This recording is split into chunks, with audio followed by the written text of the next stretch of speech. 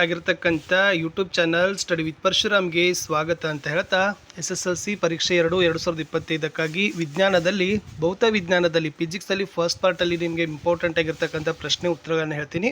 So ಚೆನ್ನಾಗಿ ಅವುಗಳನ್ನು ನೋಡಿ ಬರೆದು ಪ್ರಾಕ್ಟೀಸ್ ಮಾಡಿದರೆ ಖಂಡಿತವಾಗಿ ಒಳ್ಳೆಯ ಅಂಕಗಳು ಬರ್ತವೆ. ವಿಡಿಯೋನ ಲೈಕ್, ನಿಮ್ಮ ಗೆಳೆಯರಿಗೆ ಶೇರ್ ಹಾಗೂ ಫಸ್ಟ್ ಟೈಮ್ ವಾಚ್ ಮಾಡ್ತಿದ್ರೆ ಸಬ್ಸ್ಕ್ರೈಬ್ ಮಾಡೋದನ್ನು ಮಾತ್ರ ಮರೆಯದಿರಿ ಅಂತ ಹೇಳ್ತಾ ಈ ವಿಡಿಯೋವನ್ನು ಪ್ರಾರಂಭಿಸ್ತೀನಿ. ಸೊ ಮೊದಲಿಗೆ ಸ್ನೇಹಿತರೆ, 3 ಭಾಗದಿಂದ ಚಿತ್ರಗಳನ್ನು ಕಲ್ಕೊಡ್ರಿ. ವೆರಿ ಇಂಪಾರ್ಟೆಂಟ್ ಆಗಿರ್ತಕ್ಕಂಥ ಚಿತ್ರ. ಅದರಲ್ಲಿ ರಾಸಾಯನಿಕ ಕ್ರಿಯೆಗಳು ಮತ್ತು ಸಮೀಕರಣಗಳು ಪಾಠದಲ್ಲಿ ನೀರಿನ ವಿದ್ಯುತ್ ವಿಭಜನೆಯ ಚಿತ್ರ, ಆಮ್ಲ, ಪ್ರತ್ಯಾಮ್ಲ ಮತ್ತು ಲವಣಗಳು ಪಾಠದಲ್ಲಿ ಸಾರರಿಕ್ತ ಸಲ್ಫ್ಯೂರಿಕ್ ಆಮ್ಲದೊಂದಿಗೆ ಸತ್ವಿನ ವರ್ತನೆಯ ಚಿತ್ರ, ಲೋಹಗಳು, ಅಲೋಹಗಳು ಪಾಠದಲ್ಲಿ ಲೋಹದ ಮೇಲೆ ಹಬೆಯ ವರ್ತನೆ, ತಾಮ್ರದ ವಿದ್ಯುತ್ ವಿಭಜನೆಯ ಶುದ್ಧೀಕರಣದ ಚಿತ್ರ. ಇನ್ನು ಜೀವಕ್ರಿಯೆಗಳಲ್ಲಿ 3 ಚಿತ್ರ ಬರ್ತವೆ. ತೆರೆದ ಮತ್ತು ಮುಚ್ಚಿದ ಪತ್ರರಂಧ್ರ, ಮನುಷ್ಯನ ಹೃದಯದ ಛೇದನೋಟ, ನೆಫ್ರಾನ್ನ ರಚನೆ. ಇನ್ನು ನಿಯಂತ್ರಣ ಮತ್ತು ಸಹಭಾಗಿತ್ವದಲ್ಲಿ ಮಾನವನ ಮೆದುಳು ಚಿತ್ರ ಬರ್ತದೆ. ಜೀವಿಗಳು ಹೇಗೆ ಸಂತಾನೋತ್ಪತ್ತಿ ನಡೆಸ್ತವೆ ಈ ಪಾಠದಲ್ಲಿ ಶಲಾಕಾಗ್ರದ ಮೇಲೆ ಪರಾಗದ ಮೊಳೆಯುವಿಕೆಯ ಚಿತ್ರ. ಇನ್ನು ವಿದ್ಯುತ್ ಶಕ್ತಿ ಪಾಠದಲ್ಲಿ ನೋಡೋದಾದರೆ ಈ ವಿದ್ಯುತ್ ಮಂಡಲದಲ್ಲಿ ಉಪಯೋಗಿಸುವ ಚಿಹ್ನೆಗಳ ಮೇಲೆ ಒಂದು ಪ್ರಶ್ನೆ ಬರ್ತದೆ. ಸರಣಿ ಕ್ರಮದ ಜೋಡಣೆ ಮತ್ತು ಸಮಾಂತರ ಕ್ರಮದ ಜೋಡಣೆ ಅದನ್ನು ನೋಡ್ಕೊಡ್ರಿ. ಇನ್ನು ವಿದ್ಯುತ್ ಪ್ರವಾಹದ ಕಾಂತೀಯ ಪರಿಣಾಮಗಳಲ್ಲಿ ನಿಮಗೆ ನೇರ ವಾಹಕ ತಂತಿಯ ಸುತ್ತ ಕಾಂತೀಯ ಬಲರೇಖೆಗಳ ದಿಕ್ಕನ್ನು ಸೂಚಿಸುವ ಏಕಕೇಂದ್ರೀಯ ವೃತ್ತಾಕಾರಗಳ ಮಾದರಿಯ ಚಿತ್ರವನ್ನು ನೋಡ್ಕೊಂಡೋಗಿ, ಇದು ಕೂಡ ಇಂಪಾರ್ಟೆಂಟ್ ಅದು. ಇನ್ನು ಬೆಳಕು, ಪ್ರತಿಫಲನ ಮತ್ತು ವಕ್ರೀಭವನದಲ್ಲಿ ನಿಮ್ನ ದರ್ಪಣದ ಮೇಲೆ ಇರ್ತಕ್ಕಂಥ ರೇಖಾಚಿತ್ರಗಳು, ಮುಂದೆ ಪೀನ ಮಸೂರದಲ್ಲಿರ್ತಕ್ಕಂಥ ರೇಖಾಚಿತ್ರಗಳು. ಸೊ ನಿಮಗೆ ನಿಮ್ನ ಮಸೂರದಲ್ಲಿ 6 ಕೇಸಸ್ ಬರ್ತವೆ, ಪೀನ ಮಸೂರದಲ್ಲಿ ಸಹಿತನೂ ಕೂಡ 6 ಕೇಸಸ್ ಬರ್ತವೆ. ಅವೆರಡನ್ನೂ ಕೂಡ ನೀವೇನು ಮಾಡಬೇಕಂದ್ರೆ ಚೆನ್ನಾಗಿ 12 ಇದ್ದಾವೆ. ಸೊ ಪೀನ ಮಸೂರ, ನಿಮ್ನ ಮಸೂರ, ವಿಶೇಷವಾಗಿ ಪೀನ ಮಸೂರ ಅಂತಲೂ ಪ್ರಾಕ್ಟೀಸ್ ಮಾಡಿ, ಅಲ್ಲಿಂದನೇ ಬಹಳ ಕೇಳ್ತಕ್ಕಂಥ ಚಾನ್ಸಸ್ ತುಂಬಾ ಇದ್ದಾವೆ. ಇನ್ನು ಮಾನವನ ಕಣ್ಣು ಮತ್ತು ವರ್ಣಮಯ ಜಗತ್ತು ಅಂತಕ್ಕಂಥ ಪಾಠದಲ್ಲಿ ನೋಡೋದಾದರೆ ಬಿಳಿ ಬಣ್ಣದ ರೋಹಿತದ ಪುನರ್ ಸಂಯೋಜನೆಯ ಚಿತ್ರ ಬರ್ತದೆ. ಸೊ ಅದನ್ನು ಚೆನ್ನಾಗಿ ನೀವು ಪ್ರಾಕ್ಟೀಸ್ ಮಾಡಿ. ಸೊ ಅಲ್ಲಿಂದ ಖಂಡಿತವಾಗಿ ನಿಮಗೆ ಆ ಚಿತ್ರಕ್ಕೆ ಅಂಕಗಳು ಬಂದೇ ಬರ್ತದೆ. ಮೊನ್ನೆನೂ ಕೂಡ ಅದೇ ಕೇಳಿದರು. ಇನ್ನು ಇಲ್ಲಿ ವಿದ್ಯುತ್ ಶಕ್ತಿಯಲ್ಲಿ ನಾನು ಹೇಳಿದ್ದೀನಿ. ಸೊ ಫಸ್ಟ್ದಲ್ಲಿ ಬರ್ತಕ್ಕಂಥದ್ದು ಏನಪ್ಪ ಅಂದರೆ ಇದು ಸರಳ ವಿದ್ಯುತ್ ಮಂಡಲದ ಚಿತ್ರ ಅಂತ ಹೇಳ್ತಾರೆ. ಅಂದರೆ ಒಂದು ವಿದ್ಯುತ್ ಕೋಶ, ವಿದ್ಯುತ್ ಬಲ್ಬ್, ಅಮಿಮೀಟರ್ ಮತ್ತು ಪ್ಲಗ್ ಕೀಯನ್ನು ಒಳಗೊಂಡಿರ್ತಕ್ಕಂಥ ಸರಳ ವಿದ್ಯುತ್ ಮಂಡಲದ ಚಿತ್ರ. ಆಮೇಲೆ ಇದು ಬರ್ತಕ್ಕಂಥದ್ದು ಸರಣಿ ಕ್ರಮದಲ್ಲಿನ ಜೋಡಣೆ, ಇದು ಬರ್ತಕ್ಕಂಥದ್ದು ಸಮಾಂತರ ಕ್ರಮದಲ್ಲಿ ಜೋಡಣೆ. ಅದರ ಮೇಲೆ ಲೆಕ್ಕಗಳು ಸಹಿತ ಬರ್ಬೋದು, ಅದಕ್ಕೆ ಅನ್ಕತಕ್ಕಂಥ ಅನ್ವಯಿಕ ಪ್ರಶ್ನೆಗಳು ಕೂಡ ಬರ್ಬೋದು. ಇನ್ನು ಒಂದು ಅಂಕಕ್ಕೆ ಏನು ಮಾಡ್ತಾರಪ್ಪ ಅಂತಂದರೆ ಇದೇ ವಿದ್ಯುತ್ ಶಕ್ತಿ ಪಾಠದಲ್ಲಿ ನಿಮಗೆ ಮಂಡಲದಲ್ಲಿ ಉಪಯೋಗಿಸ್ತಕ್ಕಂಥ ಬೇರೆ ಬೇರೆ ಚಿಹ್ನೆಗಳನ್ನು ತೆಗಿಲಿಕ್ಕೆ ಕೇಳ್ತಾರೆ. ಫಾರ್ ಎಕ್ಸಾಂಪಲ್ ನಿಮಗೆ ವಿದ್ಯುತ್ ಬಲ್ಬ್ ಚಿತ್ರವನ್ನು ಬಿಡಿಸಿ ಅಂತ ಕೇಳ್ಬೋದು, ಅಮಿಮೀಟರನ್ನು ಕೇಳ್ಬೋದು, ಓಕೆ, ರೋಧ ಕೇಳ್ಬೋದು, ಪ್ಲಗ್ ಕೀ ಆಗಿರ್ಬೋದು, ವಿದ್ಯುತ್ ಕೋಶ, ವೋಲ್ಟಮೀಟರ್, ಪರಿವರ್ತಿಸಬಲ್ಲ ರೋಧ, ಒತ್ತುಗುಂಡಿ, ಶುಷ್ಕ ಕೋಶಗಳ ಸಂಯೋಜನೆ, ತಂತಿಯ ಕೀಲು, ಸೇರ್ಪಡೆ ಇಲ್ಲದೆ ದಾಟಿದ ತಂತಿ ಮತ್ತು ಗ್ಯಾಲ್ವನೋಮೀಟರ್. ಒಂದು ಅಂಕ ಇದೆ. ಚೆನ್ನಾಗಿ ಅವುಗಳನ್ನು ಪ್ರಾಕ್ಟೀಸ್ ಮಾಡಿ ಖಂಡಿತವಾಗಿ ಆ ಚಿತ್ರಗಳನ್ನು ನೀವೇನು ಮಾಡಬೇಕಪ್ಪ ಅಂತಂದರೆ ಬಿಡಿಸೋದನ್ನು ಕಲ್ಕೊಳ್ಬೇಕು. ಇನ್ನು ಸರಣಿ ಜೋಡಣೆ ಮತ್ತು ಸಮಾಂತರ ಜೋಡಣೆ ಮೇಲೆ ಪ್ರತಿ ಸರಿ ಪ್ರಶ್ನೆಗಳು ನಿಮಗೆ ಬರ್ತಾನೆ ಇದ್ದಾವೆ. ಸೊ ಮೊನ್ನೆ ಪರೀಕ್ಷೆ 1ಕ್ಕೂ ಕೂಡ ನಿಮ್ಗೆ ಏನು ಮಾಡಿದರು, ಅವರು ಸರಣಿ ಜೋಡಣೆದ್ದು ಕೇಳಿದರು, ಸಮಾಂತರ ಜೋಡಣೆದ್ದು ಕೇಳಿದರು. ವ್ಯತ್ಯಾಸಗಳನ್ನು ಕೇಳೋದಾದರೆ ಈ ಥರ ಬರೀರಿ, ಅಥವಾ ಅನುಕೂಲಗಳನ್ನು ಕೇಳಿದರೆ ಸೊ ಅವು ಯಾವುದವಲ್ಲ, ಸರಣಿ ಕ್ರಮದ 4, ಸಮಾಂತರ ಜೋಡಣೆದು 4 ಅಷ್ಟೇ ಬರೀರಿ. ಸರಣಿ ಜೋಡಣೆಯಲ್ಲಿ ಏನಾಗಿರ್ತದೆ, ಒಂದಕ್ಕಿಂತ ಹೆಚ್ಚಿನ ರೋಧಕಗಳನ್ನು ಒಂದರ ತುದಿಗೆ ಒಂದರಂತೆ ಜೋಡಿಸ್ತಾರೆ. ಸಮಾಂತರ ಜೋಡಣೆಯಲ್ಲಿ ಒಂದಕ್ಕಿಂತ ಹೆಚ್ಚಿನ ರೋಧಕಗಳನ್ನು ಒಂದಕ್ಕೊಂದು ಸಮಾಂತರವಾಗಿ ಜೋಡಿಸ್ತಾರೆ. 2ನೇ ಪಾಯಿಂಟ್ ಏನಪ್ಪ ಅಂದರೆ ಸರಣಿ ಜೋಡಣೆಯಲ್ಲಿ ಯಾವುದೇ ಒಂದು ಉಪಕರಣ ದೋಷವಿದ್ದರೆ ಇಡೀ ಮಂಡಲದಲ್ಲಿ ವಿದ್ಯುತ್ ಪ್ರವಾಹ ಕಡಿತವಾಗ್ತದೆ.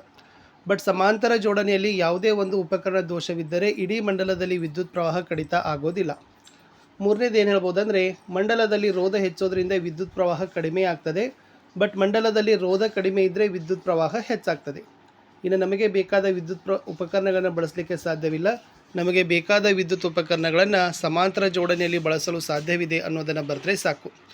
ಇನ್ನು 2 ನಿಯಮಗಳಲ್ಲಿ ಒಂದಂತೂ ಕೂಡ ನಿಮಗೆ ಫಿಕ್ಸ್ ಆಗಿ ಬರ್ತದೆ, ಓಮ್ನ ನಿಯಮ ಮತ್ತು ಜೌಲನ ಉಷ್ಣೋತ್ಪಾದನಾ ನಿಯಮ ಅಂತ ಕರೀತಾರೆ.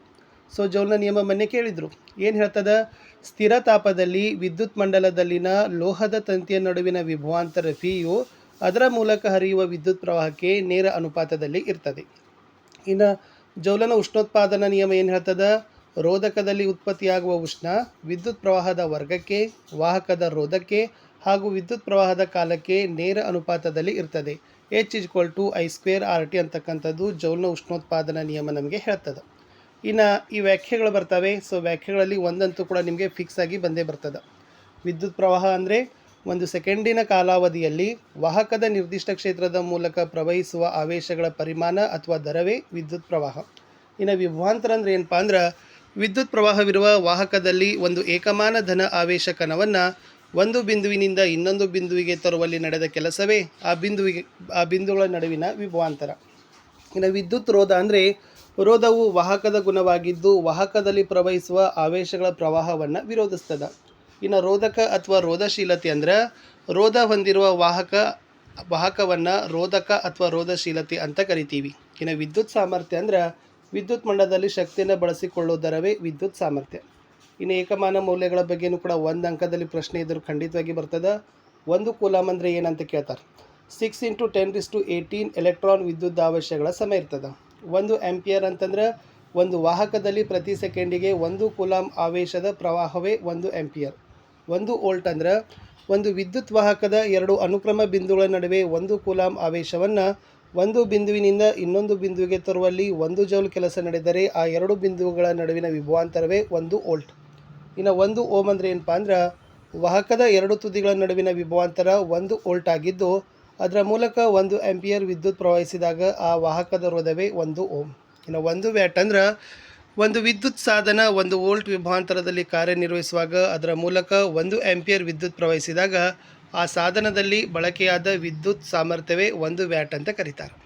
ಇನ್ನು ನೆಕ್ಸ್ಟ್ ನಿಮಗೆ ಏಕಮಾನಗಳ ಮೇಲೇನೂ ಕೂಡ ಪ್ರಶ್ನೆಗಳು ಬರ್ತಾವೆ ಅಥವಾ ಲೆಕ್ಕಗಳನ್ನು ಕಂಡುಹಿಡಿಯಲಿಕ್ಕೆ ಕೇಳಿದಾಗ ಆ ಸೂತ್ರಗಳ ಸಹಿತನೂ ಬರ್ತಾವೆ. ನೆನಪಿಟ್ಕೊಡ್ರಿ. ವಿದ್ಯುತ್ ಆವೇಶಗಳ ಪರಿಮಾಣದ ಏಕಮಾನ ಕೂಲಮ್, ಅದನ್ನು ಕಂಡುಹಿಡಿತಕ್ಕಂಥ ಸೂತ್ರ Q = IT.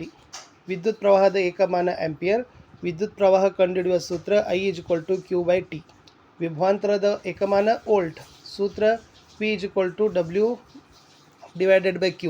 ವಿದ್ಯುತ್ ರೋಧ ಓಮ್, R = V/I. ಓಕೆನಾ. ಆಮೇಲೆ ನೆಕ್ಸ್ಟ್ ವಿದ್ಯುತ್ ಸಾಮರ್ಥ್ಯದ ಏಕಮಾನ ಫ್ಯಾಟ್, P = VI ಅಥವಾ P = I²R. ರೋಧಗಳ ಸರಣಿ ಜೋಡಣೆ ಓಮ್, ರೋಧಗಳ ಸಮಾಂತರ ಜೋಡಣೆ ಓಮ್, ಇದು ಗೊತ್ತಿರಲಿ. ಇನ್ನು ಸರಣಿ ಜೋಡಣೆ ಇದ್ದಾಗ ಲೆಕ್ಕ ಹೇಗೆ ಮಾಡ್ತೀರಿ, RS = R1 + R2 + R3. But ಸಮಾಂತರ ಜೋಡಣೆಯಲ್ಲಿದ್ದಾಗ 1/R1 + 1/R2 + 1/R3. ಇನ್ನು ಜೌಲಿನ ಉಷ್ಣೋತ್ಪಾದನಾ ನಿಯಮ H = I²RT. ರೋಧಶೀಲತೆ ಓಮ್ ಮೀಟರ್ ಏಕಮಾನ P = RA/L ಅಂತ ಬರ್ತದೆ. ಇನ್ನು ವಿದ್ಯುತ್ ಪ್ರವಾಹದ ಕಾಂತೀಯ ಪರಿಣಾಮ ಈ ಚಿತ್ರದ ಮೇಲೆ ಸ್ವಲ್ಪ ನೋಡ್ಕೊಡ್ರಿ, ಇದು ಭಾಳ ಇಂಪಾರ್ಟೆಂಟ್ ಅದ. ಸೊ ಮೊನ್ನೆನೂ ಕೂಡ ಇದನ್ನು ಕೇಳಿದರು. ಇನ್ನು ವಿದ್ಯುತ್ ಮೋಟಾರ್ ಮತ್ತು ವಿದ್ಯುತ್ ಜನಕ ಬರ್ತದೆ, ಅದು ಕೂಡ ನಿಮಗೆ ಇರಲಿ. ಇನ್ನು ಈ 3 ನಿಯಮಗಳಲ್ಲಿ ಒಂದು ನಿಯಮಗಳಂತಲೂ ಕೂಡ ನಿಮಗೆ ಗ್ಯಾರಂಟಿಯಾಗಿ ಬರ್ತದೆ. ಸೊ ಮೊದಲನೇದು ಮ್ಯಾಕ್ಸ್ವೆಲ್ನ ಬಲಗೈ ಹೆಬ್ಬೆರಳು ನಿಯಮ. ವಿದ್ಯುತ್ ಪ್ರವಾಹವಿರುವ ವಾಹಕವನ್ನು ಬಲಗೈಯಲ್ಲಿ ಹಿಡಿದಿರುವಿರಿ ಎಂದು ಊಹಿಸಿಕೊಳ್ಳಿ. ಆಗ ಹೆಬ್ಬೆರಳು ವಿದ್ಯುತ್ ಪ್ರವಾಹದ ದಿಕ್ಕನ್ನು ಹಾಗೂ ಉಳಿದೆಲ್ಲ ಬೆರಳು ಕಾಂತೀಯ ಬಲ ರೇಖೆಗಳನ್ನು ಸೂಚಿಸ್ತದೆ. ಇನ್ನು ಮೋಟಾರ್ ತತ್ವ ಏನು ಹೇಳ್ತದೆ, ವಿದ್ಯುತ್ ಪ್ರವಾಹವಿರುವ ವಾಹಕವನ್ನು ಪ್ರಬಲ ಕಾಂತಕ್ಷೇತ್ರದ ಮಧ್ಯದಲ್ಲಿ ಇರಿಸಿದಾಗ ವಾಹಕವು ಯಾಂತ್ರಿಕ ಬಲವನ್ನು ಅನುಭವಿಸ್ತದೆ. ಇನ್ನು ಫ್ಲೆಮಿಂಗನ ಎಡಗೈ ನಿಯಮವನ್ನು ಮೋಟಾರ್ ನಿಯಮ ಅಂತೀವಿ. ಅದೇನು ಹೇಳ್ತದಪ್ಪ ಅಂದ್ರೆ ಎಡಗೈನ ಹೆಬ್ಬೆರಳು, ತೋರು ಬೆರಳು ಮತ್ತು ಮಧ್ಯದ ಬೆರಳು ಒಂದಕ್ಕೊಂದು ಲಂಬವಾಗಿ ಇರಿಸಿದಾಗ ಹೆಬ್ಬೆರಳು ಯಾಂತ್ರಿಕ ಬಲವನ್ನು ಅನುಭವಿಸುತ್ತಿರುವ ವಾಹಕದ ನೇರವನ್ನು, ತೋರು ಬೆರಳು ಕಾಂತಕ್ಷೇತ್ರದ ನೇರವನ್ನು, ಮಧ್ಯದ ಬೆರಳು ವಿದ್ಯುತ್ ಪ್ರವಾಹದ ದಿಕ್ಕನ್ನು ಸೂಚಿಸ್ತದೆ. ಸೊ 3ರಲ್ಲಿ ಒಂದಂತೂ ಕೂಡ ಫಿಕ್ಸ್ ಆಗಿ ಬರ್ತದೆ. ಕಾಂತೀಯ ಬಲರೇಖೆಗಳು ಕೂಡ ಫಿಕ್ಸ್ ಆಗಿ ಬರ್ತಕ್ಕಂಥ ಪ್ರಶ್ನೆ. ನೆನಪಿರಲಿ, ಕಾಂತೀಯ ಬಲರೇಖೆಗಳಂದರೆ ಏನಪ್ಪ ಅಂದರೆ ಕಾಂತದ ಸುತ್ತಲಿನ ಕಾಂತಕ್ಷೇತ್ರವನ್ನು ಸೂಚಿಸುವ ಕಾಲ್ಪನಿಕ ರೇಖೆಗಳೇ ಕಾಂತೀಯ ಬಲರೇಖೆಗಳು. 5 ಗುಣಗಳಿದಾವೆ. ಒಂದನೇದು 2 ಕಾಂತೀಯ ಬಲರೇಖೆಗಳು ಒಂದನ್ನೊಂದು ಛೇದಿಸೋದಿಲ್ಲ. ಎರಡನೇದು ಕಾಂತೀಯ ಬಲರೇಖೆಗಳು ಉತ್ತರ ಧ್ರುವದಲ್ಲಿ ಉತ್ಸರ್ಜಿತವಾಗಿ ದಕ್ಷಿಣ ಧ್ರುವದಲ್ಲಿ ವಿಲೀನವಾಗ್ತವೆ. ಮೂರನೇದು ಕಾಂತದ ಒಳಭಾಗದಲ್ಲಿ ಕಾಂತದ ದಕ್ಷಿಣ ಧ್ರುವದಿಂದ ಉತ್ತರ ಧ್ರುವದ ಕಡೆಗೆ ಕಾಂತೀಯ ಬಲರೇಖೆಗಳಿರ್ತವೆ. ನಾಲ್ಕನೇದು ಕಾಂತ ಧ್ರುವಗಳಲ್ಲಿ ಕಾಂತೀಯ ಬಲರೇಖೆಗಳ ಸಾಂದ್ರತೆ ಹೆಚ್ಚಿರ್ತದೆ. ಐದನೇದು ಕಾಂತೀಯ ಬಲರೇಖೆಗಳು ಆವೃತ್ತ ಜಾಲಗಳಾಗಿವೆ ಅಂತ ಬರೆದ್ರೆ ಸಾಕು. ಸೊ ನೆಕ್ಸ್ಟ್ ಇಲ್ಲಿ ಯಾವ ಥರನಾಗಿರ್ತಕ್ಕಂಥವುಗಳಿದ್ದಾವೆ ಅನ್ನೋದನ್ನು ಕೇಳಿದ್ದಾರೆ. ಇಲ್ಲಿ ದಂಡಕಾಂತದ ಸುತ್ತ ಕಾಂತೀಯ ಬಲರೇಖೆಗಳ ರೂಪುರೇಷೆ ಪರಸ್ಪರ ಸಮಾನ ಇರ್ತವೆ. ನೇರ ವಾಹಕದ ಸುತ್ತ ಕಾಂತೀಯ ಬಲರೇಖೆಗಳ ರೂಪುರೇಷೆ ಏಕಕೇಂದ್ರೀಯ ವೃತ್ತ ಇರ್ತವೆ. ವೃತ್ತಾಕಾರದ ತಂತಿ ಸುರುಳಿಯಲ್ಲಿ ಕಾಂತೀಯ ಬಲರೇಖೆಗಳ ರೂಪುರೇಷೆ ನಿರಂತರ ವೃತ್ತಾಕಾರದ ಕಮಾನಾಗಿರ್ತದೆ. ಸೊಲೆನೈಡ್ ತಂತಿಯಲ್ಲಿ ಕಾಂತೀಯ ಬಲರೇಖೆಗಳ ರೂಪರೇಷೆ ಅಂದಾಗ ಅದು ಸರಳ ರೇಖೆಗಳಾಗಿರ್ತವೆ ಅನ್ನೋದು ಗೊತ್ತಿರಲಿ. ಸೊಲೆನೈಡ್ ಬಗ್ಗೆ ಭಾಳ ಸರಿ ಪ್ರಶ್ನೆ ಕೇಳ್ತಾರೆ. ಸೊಲೆನೈಡ್ ಅಂದರೆ ಏನಪ್ಪ ಅಂದ್ರೆ ಅವಾಹಕ ಹೊದಿಕೆ ಇರುವ ತಾಮ್ರದ ತಂತಿಯ ಅನೇಕ ಸುರುಳಿಗಳನ್ನು ಒತ್ತೊತ್ತಾಗಿ ಸುತ್ತಿರುವ ಸಿಲಿಂಡರ್ ರಚನೆಯನ್ನೇ ನಾವು ಸೊಲೆನೈಡ್ ಅಂತ ಕರಿತೀವಿ. ಇನ್ನು ಇಲ್ಲಿ ಸ್ವಲ್ಪ ಗೃಹ ಬಳಕೆಯ ವಿದ್ಯುತ್ ಮಂಡಲಕ್ಕೆ ಸಂಬಂಧಿಸಿದ ಮಾಹಿತಿ ಇದೆ. ಮನೆಗಳಲ್ಲಿ ಅಳವಡಿಸುವ 2 ವಿದ್ಯುತ್ ಮಂಡಲಗಳು ಬೆಳಕಿನ ಮಂಡಲ, ಶಕ್ತಿ ಮಂಡಲ. ಗೊತ್ತಿರಲಿ, ಬೆಳಕಿನ ಮಂಡಲದ ಸಾಮರ್ಥ್ಯ 5 ವೋಲ್ಟ್ ಇರ್ತದೆ, ಶಕ್ತಿ ಮಂಡಲದ ಸಾಮರ್ಥ್ಯ 15 ವೋಲ್ಟ್ ಇರ್ತದೆ. ಇನ್ನು ತಂತಿಗಳು ಹೆಂಗಿರ್ತವೆ ನೋಡ್ರಿ, ಕೆಂಪು ತಂತಿ ಸಜೀವ ತಂತಿಯಾಗಿರ್ತದೆ, ನೀಲಿ ಕಪ್ಪು ಅಥವಾ ತಟಸ್ಥ ತಂತಿಯಾಗಿರ್ತದೆ, ಹಸಿರು ಭೂ ಸಂಪರ್ಕ ತಂತಿಯಾಗಿರ್ತದೆ. ಇನ್ನು ಗೃಹ ಬಳಕೆಯ ವಿದ್ಯುತ್ ತಂತಿಯ ವಿಭವ 220 ವೋಲ್ಟ್ ಇರ್ತದೆ. ಇನ್ನು ಗೃಹ ಬಳಕೆಯ ವಿದ್ಯುತ್ ಪ್ರವಾಹದ ಆವೃತ್ತಿ 50 ಹರ್ಟ್ಸ್ ಇರ್ತದೆ. ಇನ್ನು ವಿದ್ಯುತ್ ಶಕ್ತಿ ಅಳೆಯುವ ಏಕಮಾನ ಕಿಲೋವ್ಯಾಟ್ ಗಂಟೆ. ಇನ್ನು ಓವರ್ಲೋಡ್ ಅಂದರೆ ಏನಪ್ಪ ಅಂದ್ರೆ ತಂತಿಗಳ ಮೇಲಿನ ಅವಾಹಕ ಹೊದಿಕೆ ಹಾನಿಗೊಂಡಾಗ ಅಥವಾ ವಿದ್ಯುತ್ ಉಪಕರಣಗಳಲ್ಲಿನ ದೋಷದಿಂದ ಸಜೀವ ಮತ್ತು ತಟಸ್ಥ ತಂತಿಗಳು 2 ನೇರ ಸಂಪರ್ಕಕ್ಕೆ ಬಂದಾಗ ಓವರ್ಲೋಡ್ ಉಂಟಾಗ್ತದೆ. ಇನ್ನು ಋಸ್ವ ಮಂಡಲದ ಮೇಲೆ ಪ್ರಶ್ನೆಗಳು ಬರ್ತಾವೆ. ವಿದ್ಯುತ್ ಉಪಕರಣಗಳಲ್ಲಿ ದೋಷವಿದ್ದರೆ ಹಲವಾರು ಉಪಕರಣಗಳು ಒಂದೇ ಮಂಡಲಕ್ಕೆ ಏಕಕಾಲದಲ್ಲಿ ಸಂಪರ್ಕಿಸಿದಾಗ ಮಂಡಲದಲ್ಲಿದ್ದ ವಿದ್ಯುತ್ ಪ್ರವಾಹ ತಟ್ಟನೆ ಹೆಚ್ಚಾಗಿ ಬಿಡುವುದೇ ಋಸ್ವ ಮಂಡಲ. ಇನ್ನು ಫ್ಯೂಸ್ ಯಾವುದರಿಂದ ಮಾಡಿರ್ತಾರೆ, ಸೀಸ ಮತ್ತು ತವರ, ನೆನಪಿರಲಿ. ಸೊ ಫ್ಯೂಸ್ ಏನು ಮಾಡ್ತದಪ್ಪ ಅಂದ್ರೆ ಇದು ಒಂದು ಸುರಕ್ಷತಾ ಸಾಧನ. ಮಂಡಲದಲ್ಲಿ ಉಂಟಾಗುವ ಶಾರ್ಟ್ ಸರ್ಕ್ಯೂಟ್ ಮತ್ತು ಓವರ್ಲೋಡ್ನಿಂದ ವಿದ್ಯುತ್ ಮಂಡಲಗಳನ್ನು ರಕ್ಷಿಸ್ತದೆ. ಇತ್ತೀಚೆಗೆ ಫ್ಯೂಸ್ನ ಬದಲಾಗಿ MCBಗಳನ್ನು ಬಳಸ್ತಾರೆ. MCB ಅಂದರೆ ಮ್ಯಾನ್ಯುಚರ್ ಸರ್ಕ್ಯೂಟ್ ಬ್ರೇಕರ್ ಅಂತ ಕರೀತಾರೆ. ಇನ್ನು ಭೂ ಸಂಪರ್ಕ ತಂತಿ ಬಗ್ಗೆ ಗೊತ್ತಿರಲಿ. ಹಸಿರು ಅಥವಾ ಹಳದಿ ಅವಾಹಕ ಹೊದಿಕೆ ತಂತಿಯನ್ನು ಮನೆಯ ಪಕ್ಕದಲ್ಲಿ ಭೂಮಿಯ ಆಳದಲ್ಲಿ ಹೂಳಿರ್ತಾರೆ. ಇದನ್ನೇ ಭೂ ಸಂಪರ್ಕ ತಂತಿ ಅಂತಾರೆ. ಇದ್ರ ಉಪಯೋಗ ಏನಪ್ಪ ಅಂದ್ರೆ ಲೋಹದ ಮೇಲ್ಮೈ ಹೊಂದಿರುವ ಉಪಕರಣಕ್ಕೆ ಯಾವುದೇ ರೀತಿಯ ವಿದ್ಯುತ್ ಸೋರಿಕೆ ಉಂಟಾದಲ್ಲಿ ಅದರ ವಿಭವಾಂತರ ಭೂಮಿಯ ವಿಭವಾಂತರಕ್ಕೆ ಸಮ ಇರ್ತದೆ, ಬಳಕೆದಾರರಿಗೆ ತೀವ್ರ ವಿದ್ಯುತ್ ಆಗೋದಿಲ್ಲ. ಸೊ